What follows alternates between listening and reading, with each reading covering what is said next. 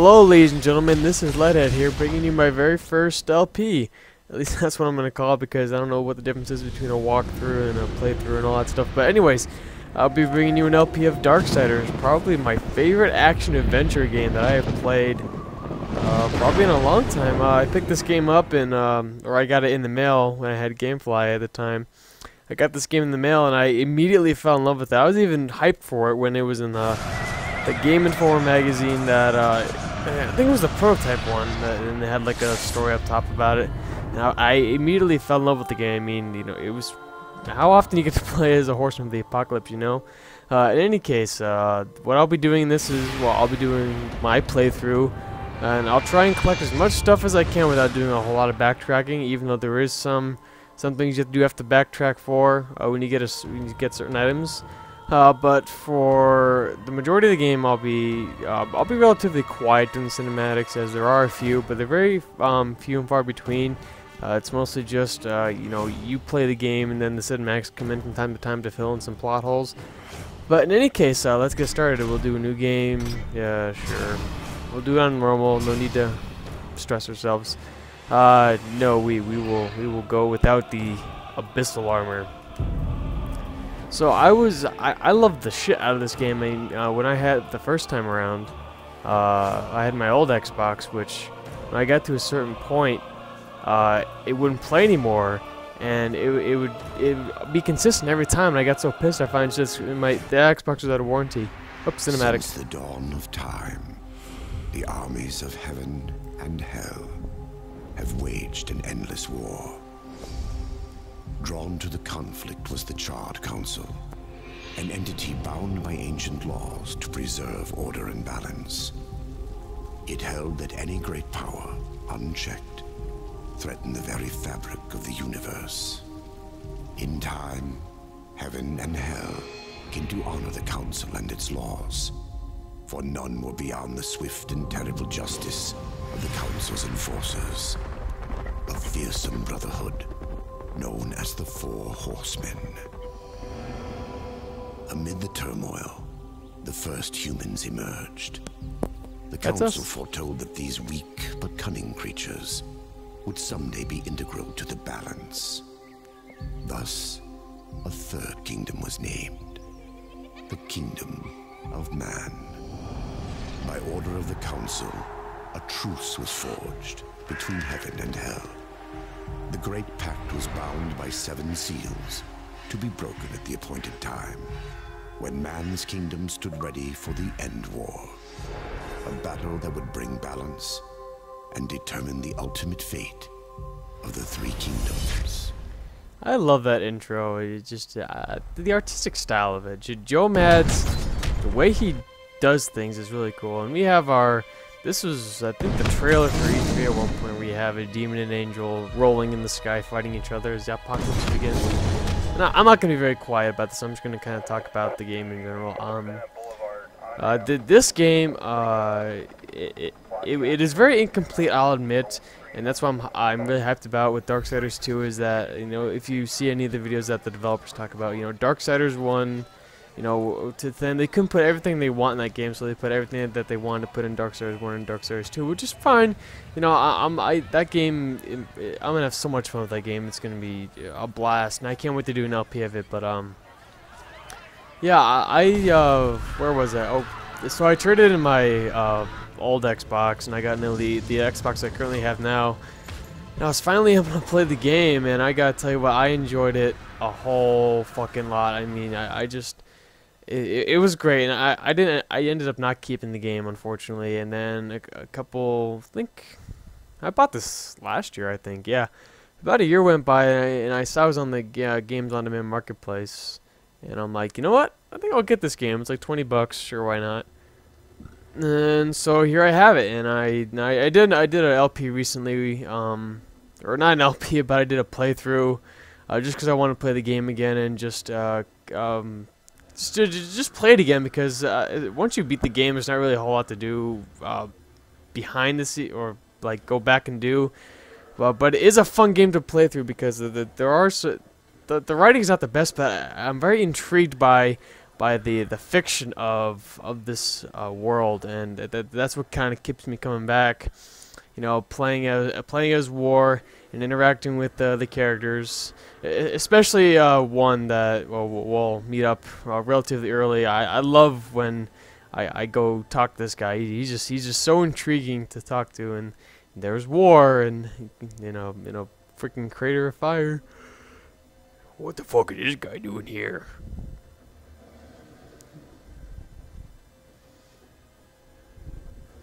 You know, from what I am told, Death is the oldest of the Four Horsemen, which is a race of people called the Nephilim, I think, if I pronounce that correctly. But War looks pretty cool. I mean, he's got the white hair, and he's got, you know, kind of that old voice. And here we're gonna fight a couple of, you know, low-level demons and stuff. Unfortunately, I don't have all the equipment that I have to do some cool combos. When I was in my last playthrough, I discovered some pretty cool techniques I can do with the crossblade in particular, that little shuriken that we're going to be getting later. And I got a cool reset going on, and I think it's, you know, pretty cool and all that stuff.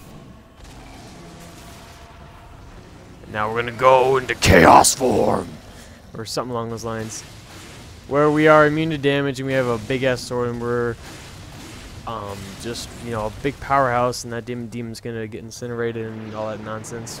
You know, I noticed this at the very end of my last playthrough, that the characters in this game share a particular aesthetic, which is the wings that you see on the back of War there, the way those wings look. It just seems like it's a consistent look for demons and NPCs alike, or at least other characters in the game. And I'm looking around for my head. Oh, there we go.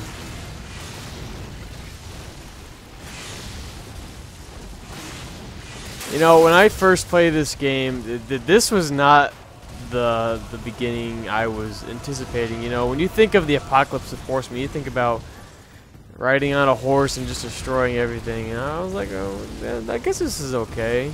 And I'm trying to figure out what to do. I think I have to walk towards. Yeah, there we go.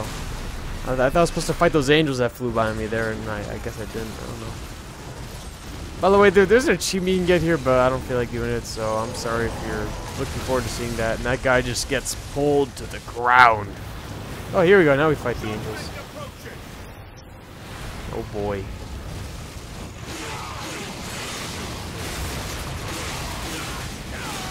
Fucking destroy their asses. Waboom! Yeah. This guy's gonna get off of his lazy ass. What was he even pulled down by? I don't think humans could, you know, pull something like that down. Uh-oh. No! No! No, what happened? What's happening? Liam O'Brien, who's the guy who voices War, is probably one of my favorite video game, well, at least voice actors in general. I wouldn't necessarily call him a video game voice actor, but I think he has that really cool medieval-esque voice. I think it's pretty cool. He also voiced Kane in Dissidia Final Fantasy, or Duodecim, excuse me, Dissidia Duodecim, or whatever the fuck it's called. And he also voices Isaac. I was surprised to find this out. He also voices Isaac in Castlevania Curse of Darkness, which, you know, I enjoyed that game. I thought it was pretty neat. But when I found out he voiced that guy, I was like, whoa! He sounds like, oh, they're over there. It sounds like nothing like him, and it was really cool to find out. Oops! No! No! They're shooting at me. Fucking assholes. Man, I miss having. I'm gonna get hit a lot here. I miss having my weapons in my current game, I guess. Best one to describe that. Because that way I can just fucking trash these guys, but oh well. Yeah, you see, I'm pausing there thinking I have my combo and I don't, but we'll see about that later on. But we do have the flip saw, and I couldn't execute that guy.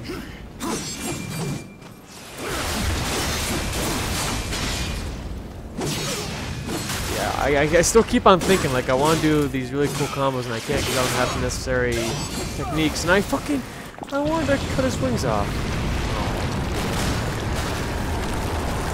And here is our primary means of reversal, demonic growth, I believe it's what it's called. And we got these guys coming down from this building here. There we go. Boom! The executions are, you know, I guess I would call them executions, but finisher moves are pretty cool in this game, you know, but they do get kind of stale after you do them a couple times. Save for a couple enemies and the bosses, obviously, which have their own unique finisher moves.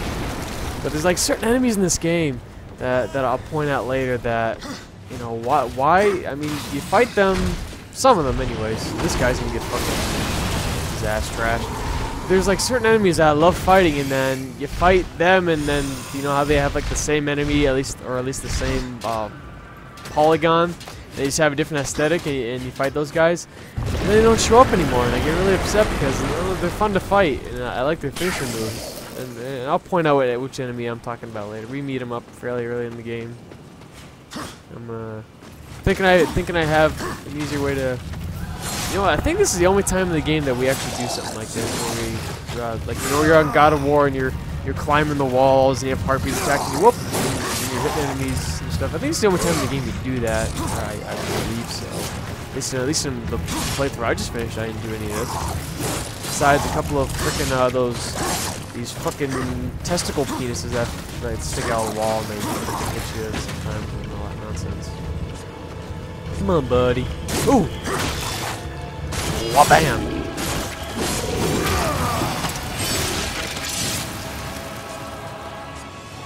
I really like the aesthetic look of this game, especially in certain areas. Like there's a sort of look to it. It's really nice. I think the last time this happened, that big column right there just popped out the gun. The last time I played, when I started my next game, it actually killed all of them. Or not all of them, but the initial 3 demons that come in the building. It just popped up out of the ground and boom! They just all incinerated.